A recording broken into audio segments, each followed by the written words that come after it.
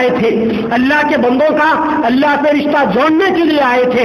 1947 کے اندر جب یہ ملک آزاد ہو گیا تو علماء نے، جمعیت العلماء نے کانگریس کے سامنے بس ایک مدعا رکھا کہ اس ملک کا جو دستور بنے گا، اس ملک کا جو کانسٹیٹیوشن بنے گا وہ سیکولر ہونا چاہیے، اور اس ملک کے اندر بسنے والے تمام ہر مذہب کے لوگوں کو اپنے مذہب کے اوپر آزادی سے عمل کرنے کا اختیار ملنا چاہیے، اور اس ملک کے اندر جتنی برادریاں ہیں، جتنے کاسٹ ہے، سب کے ساتھ مساویانہ حقوق ملنا چاہیے۔ اس ایک مدعے کو لے کر وہ علماء جو مدارس سے آئے تھے، مسجدوں سے نکل کر آئے تھے، خانقاہوں سے نکل کر آئے تھے، وہ علماء دوبارہ چونکہ مقصد پورا ہو گیا تھا، وہ اپنے مدرسوں میں واپس چلے گئے، مسجدوں میں واپس چلے گئے، خانقاہوں میں واپس چلے گئے۔ لیکن افسوس کہ کانگریس پارٹی نے جمعیت العلماء سے جو اگریمنٹ کیا تھا، جمعیت العلماء سے جو معاہدہ کیا تھا، اس نے اپنے معاہدے کو توڑا، اور آگے چل کر آج اس ملک کے اندر ہم کو وہ دن دیکھنا پڑا۔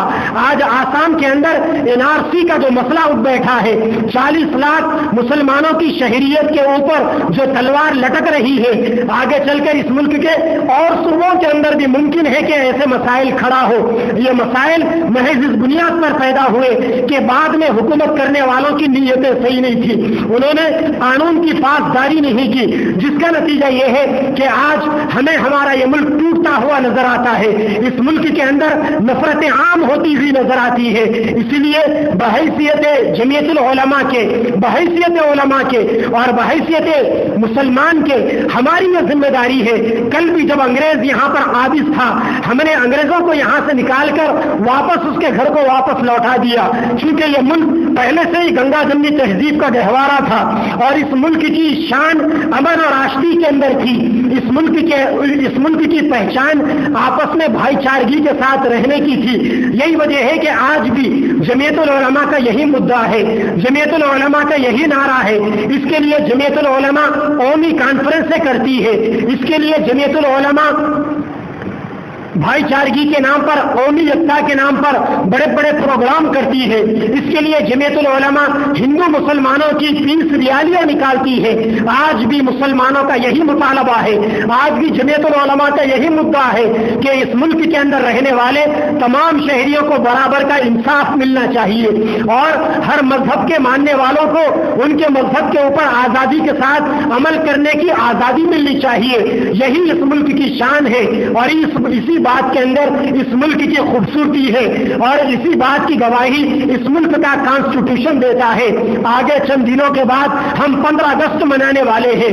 15 اگست منانے سے پہلے ہمیں اپنے اکابر کی تاریخ یاد ہونی چاہیے، ہم اپنے اکابر کی تاریخ کا مطالعہ کریں، ہمیں معلوم ہونا چاہیے۔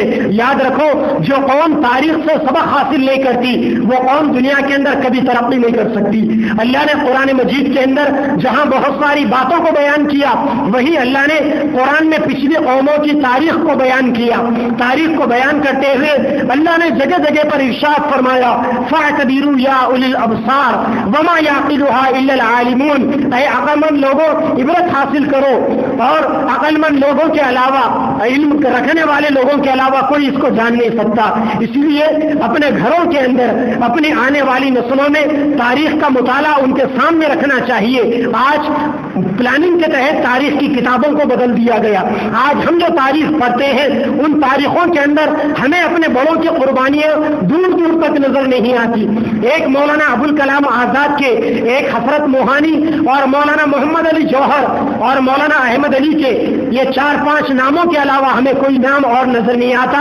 مسلمانوں تمہیں معلوم ہونا چاہیے، تم جیسے مسلمانوں نے 7 لاکھ مسلمانوں نے اپنی جانوں کی قربانیاں دی، اور 2.5 لاکھ سے زیادہ علماء نے اپنے جانوں کی قربانیاں دی، اور ہندو بھائیوں نے بھی قربانیاں دی، بھگت سنگھ نے قربانی دی، راج مل نے قربانیاں دی، منگل پانڈے نے قربانیاں دی۔ سب کی قربانیوں کے بعد یہ ملک انگریزوں کی غلامی سے آزاد ہوا۔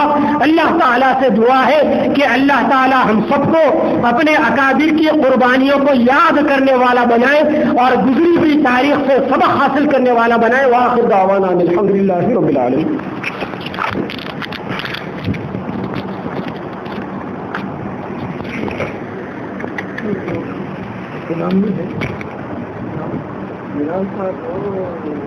ایک وجہ سے